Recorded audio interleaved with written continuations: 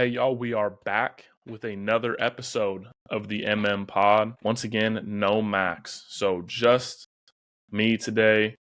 I'll be going over the committee rankings. I'm recording this here on Tuesday night after the rankings have come out. So I've got a little bit of a rankings reaction. I looked back at the rankings I gave you guys yesterday for college football. I didn't even like my own rankings. Went back through, re-ranked them, feeling really good about them now. Did a little more digging on the team, strength of schedule, strength of record, all that good jazz, best wins, and their losses, multiple losses, however it turned out for each team. So this is what the committee gave us. They gave us Oregon at 1, Ohio State at 2, Texas at 3, Penn State at 4, Notre Dame at 5, Miami 6, Georgia 7, Tennessee 8, SMU 9, Indiana 10, Boise State at 11, Clemson 12, 13 Alabama, 14 Ole Miss, 15 South Carolina, 16 Arizona State, and 17 at Tulane. My first reaction is Clemson is too high. Now, my rankings I gave you guys yesterday, I had Clemson pretty up there. Immediate disagreement with Clemson. So, here's why. Their best win is at Pitt, which they squeaked out. Pitt is the only 7-win team that they've beat. And Pitt, like 7 wins or higher, only 7-win or higher team they've beat. And Pitt is in the middle of a 4-game losing streak after starting out 7-0. Clemson has played 2 other what I would consider quality teams in Georgia and Louisville, and they lost to both. They lost to Louisville 33-21 and Georgia 34-3 to start the season. So whenever they see quality competition, they have not shown the ability to play very well. Now, you compare this with some other 2-loss teams that they have in here. So Arizona State is ranked all the way down there at 16, while Clemson is at 12. Arizona State does have 2 ugly losses. Cincy and Texas Tech are not great losses. Texas Tech is a little bit more acceptable. Cincinnati is a bad loss. But how are the teams trending? Well, ASU, last 2 weeks, beat 2 ranked teams, the 2 of the top teams in the Big 12 in Kansas State and BYU. Meanwhile, Clemson has no ranked wins. Arizona State just rattled off 2 in a row. Also, BYU, another Big 12 team, they have 2 ranked wins. One's in the top 10. No one talks about it, but BYU beat SMU, which is a top 10 win in the country right now. Both of their losses were close, and one of them was to Arizona State. Their other loss was to Kansas, which we've seen start rattling off some pretty impressive wins here. But both losses were close. And one of them was to Arizona State just this weekend, which they had a chance to win with a Hail Mary. So they both, in my opinion, have better resumes than Clemson. And if you want to say, well, Clemson has a higher ceiling, I disagree. We watched them play Georgia. They got smoked. And Georgia's less impressive than we even thought they were going to be going into this year. Now, they're still really good, but less impressive than we thought they were going to be. My other big complaint is Indiana at 10. I don't understand what the committee's doing here. I think it seems really a lot like brand bias to me. So let's go through some statistics for these 1-loss teams. So strength of record: Penn State 4, Texas 5, Miami 6, Indiana 7, SMU 9, Notre Dame 10. Keep in mind, Indiana here, they are ranked last of all these 1-loss teams. I'm not including Ohio State in this conversation because I think they're pretty undoubtedly up in that 2 spot, having beat both Penn State and Indiana. And I'm not including Boise State in this because I don't think they have a strong enough argument to be considered in this group. So, like I said, strength of record: Penn State 4, Texas 5, Miami 6, Indiana 7, SMU 9, Notre Dame 10. Pretty grouped up there. Strength of schedule: well, you probably hear a lot of people saying, Indiana's schedule not that strong. Well, let's look at the numbers. Penn State is 32, Texas is 36. All right, well, Indiana's 51, Miami is 59, SMU is 77, and Notre Dame is 78. So that puts Indiana third there out of these 6 teams. Let's look at our best win. Texas's best win is probably Oklahoma, maybe Vanderbilt. They blew out Oklahoma, so that's why I lean Oklahoma there. But Oklahoma wasn't looking good at that time, and really they haven't looked good other than showing up out of nowhere and kicking the crap out of Alabama last weekend. So, Texas's resume is really not that great. Like, their best wins are against 6-win teams. It's Michigan, it's Vandy, It's Oklahoma. Not super impressed. And Florida without DJ Lagway means absolutely nothing to me. What's Penn State's best win? They probably have the best win or arguably, them or Notre Dame, but they have, a ranked Illinois team. That's a respectable win. Indiana's is Washington or Michigan. So once again, 6-win teams, but that's the same as Texas. Miami's is a 7-win Louisville team. SMU's is a 7-win Louisville team. And Notre Dame's is Texas A&M. So on that list, Texas has arguably the worst, quote-unquote, best win. And Indiana has the worst best win, tied with Texas. But somehow Texas is 3 and Indiana is 10. So I'm not seeing any consistency there. And then if you want to look at their loss, Penn State and Indiana both lost to Ohio State, number 2 team in the country. So they have the best loss on this list. Texas lost to Georgia, another, they're number 7, I believe, on the committee's list. Georgia's a very good team. So Texas's loss, good loss. Miami lost to unranked Georgia Tech. SMU lost to a top 20 team in BYU, so that's not that bad of a loss. And Notre Dame lost to NIU. So Indiana has the best loss, not a great best win, and pretty middle of the road strength of record and strength of schedule. And oh, by the way, they have the largest margin of victory in this group.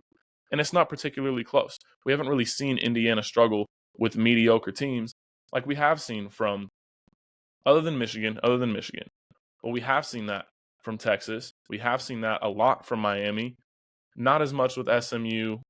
Notre Dame, they've pretty much blown everyone out, but they did lose to NIU. So if you want to, I don't think Indiana is the worst team of these groups. I have them at 6 in my re-rank after I fixed the atrocity I gave you guys yesterday. I have them at 6. That would put them at 3rd of those one-loss teams I was just talking about, being Texas, Penn State, Indiana, Notre Dame, SMU, and Miami.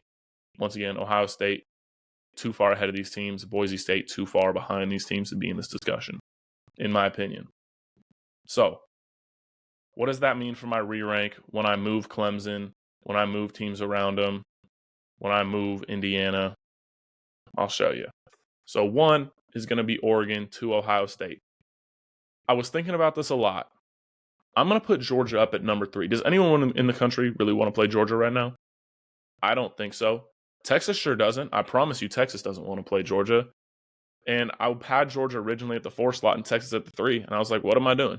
Georgia beat them. Move them up. So I've got Georgia at 3 as a 2-loss team. You can make arguments if you want to. But a loss at Alabama where they looked like, you come away from that game going, I think Georgia's the better team. I think Alabama, was hot early. And that's kind of what that takeaway from that game was. And then their other loss is to an Ole Miss team who's a top 15 team, and they beat Texas. So they have arguably the best win in the country and 2 losses against an absolutely daunting schedule. And you can quibble with, well, they probably should have lost to Florida. Whatever. I put them at 3. Texas at 4.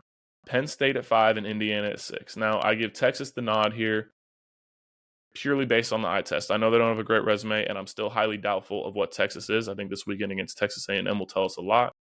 But I've got Texas at 4, Penn State at 5, slotted ahead of Indiana based on looking better against Ohio State is really what it was. I used Ohio State as a measuring stick.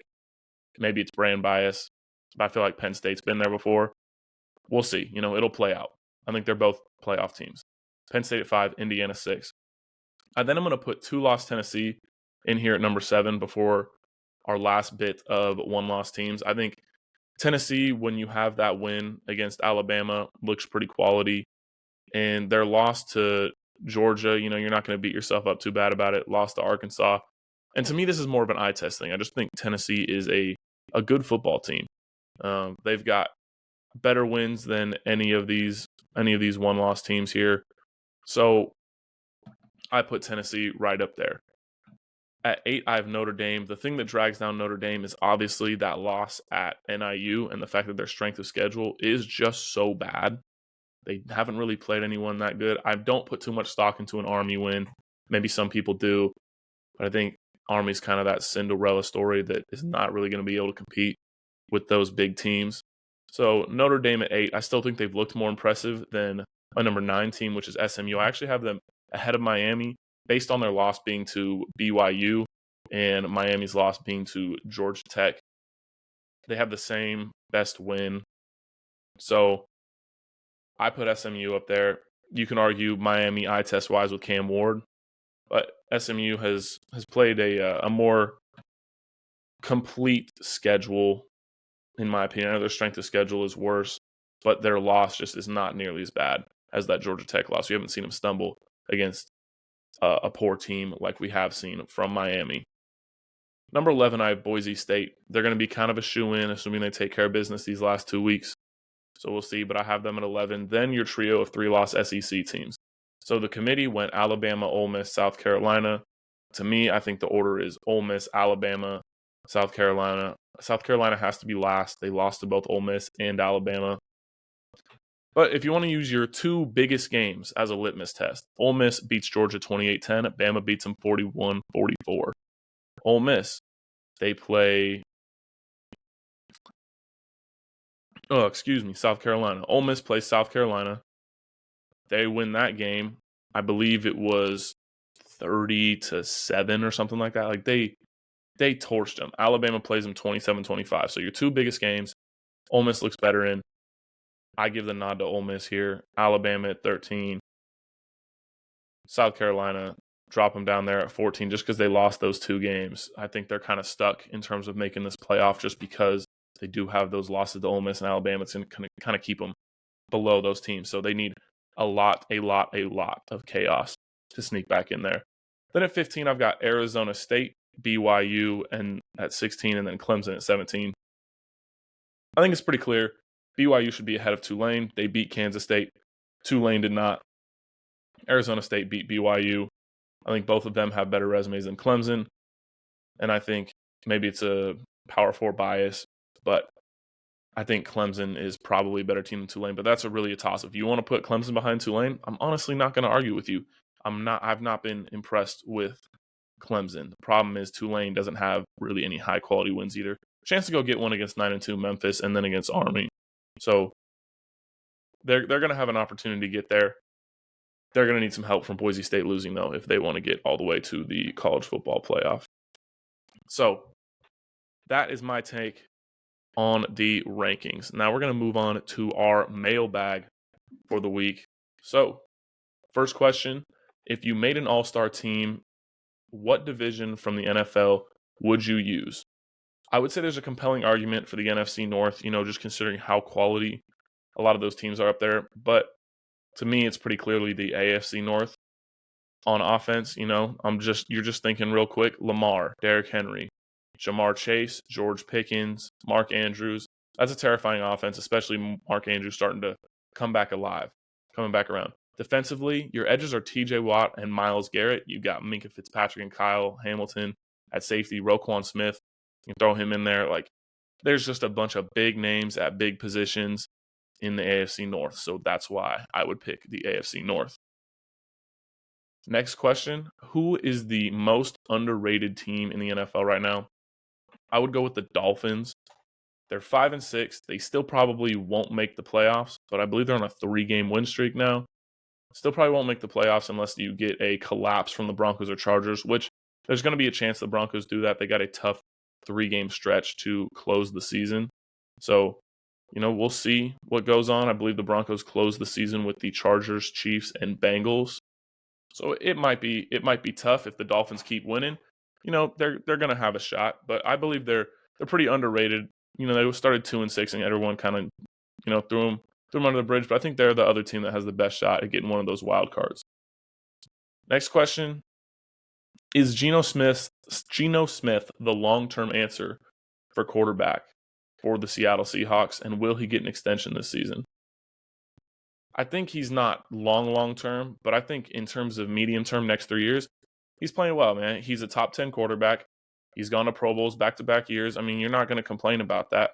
So keep Geno. Please get him an offensive line, and maybe you can see him start slinging the ball. He's developing a good connection with JSN this year.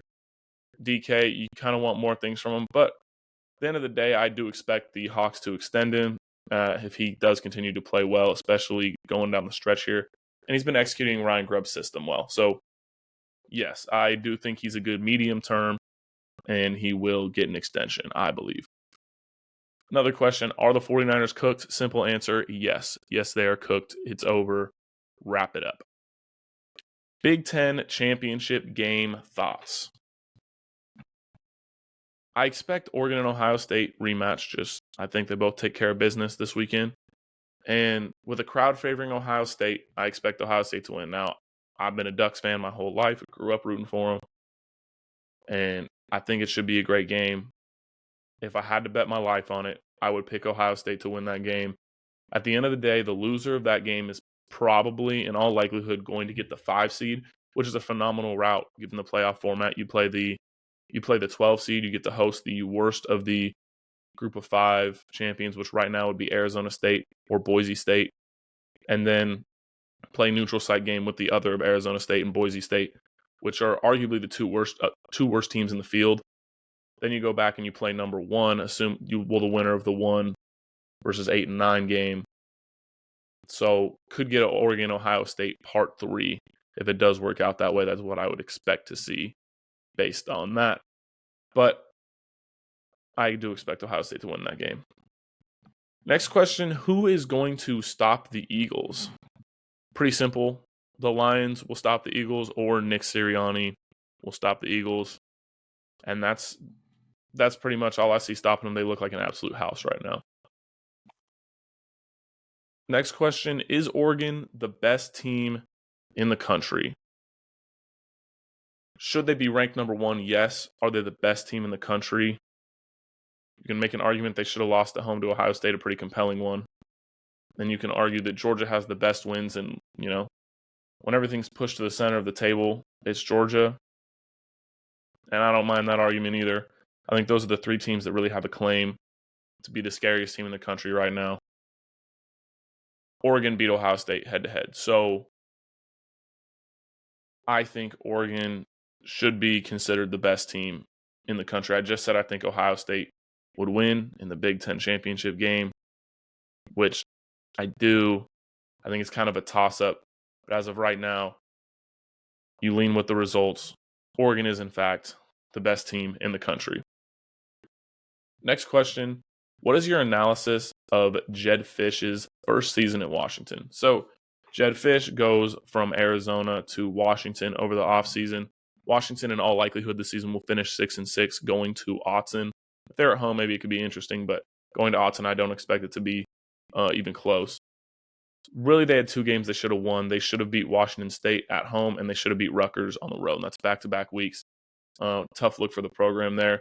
They showed an ability to compete with some good teams. Indiana, they played a 14-point game with. They beat Michigan, beat USC. Just good teams that they were able to compete with.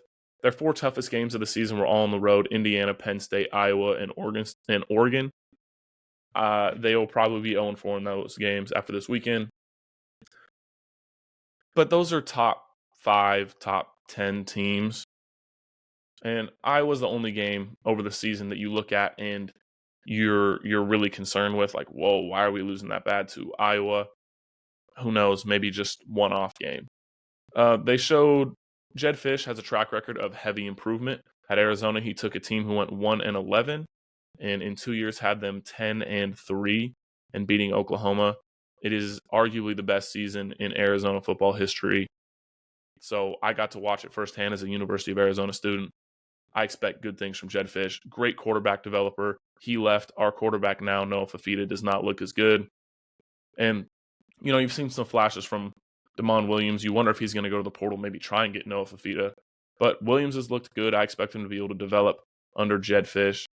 And he's got the 19th ranked recruiting class coming in, 6th in the Big Ten. So good things on all fronts, in my opinion, from Jedd Fisch. Expect them to be able to compete maybe in that second tier of Big Ten teams behind Oregon and Ohio State, more with the Penn States of the world.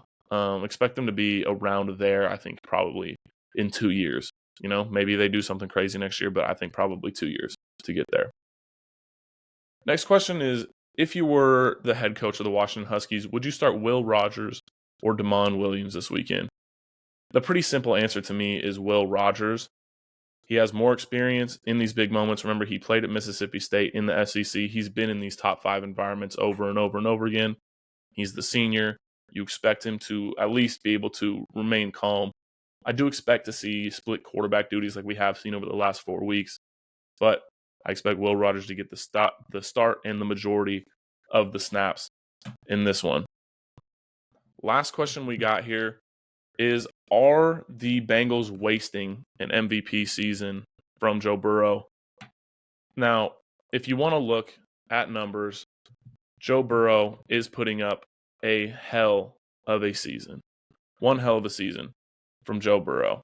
So, when you look at yards, Joe Burrow, third with 3,028. You know who he's right behind?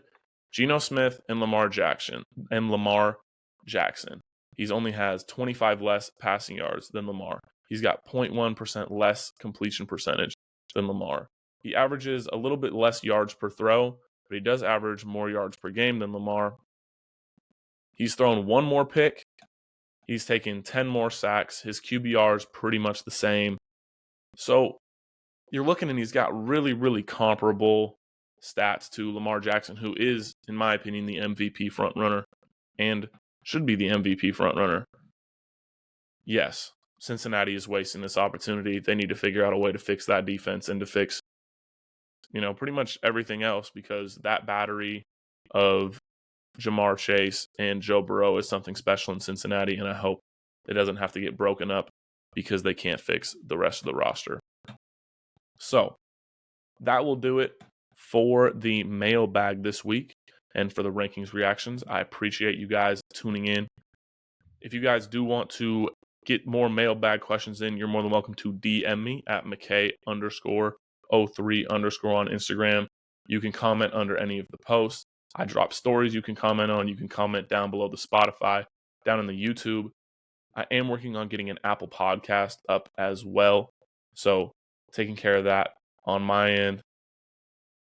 I really appreciate all the support that you guys are giving. It means a lot. This is something I'm really excited about, and me and Max are talking about, what we can do to best help you guys. So if you guys have any suggestions, we're open to those too. Anything you guys really have for us. So, appreciate y'all listening, and I will have a guest on for the NFL pod, which I'm hoping to drop by Thursday. Hopefully, actually, I'm going to get it out to you guys Wednesday. I know you guys are going to have Thanksgiving on Thursday with your family, so I'll get you out some best bets for those Thursday NFL games and then other things to look for this weekend. So I appreciate all y'all listening once again. Thank you very much. And, go make some money this weekend.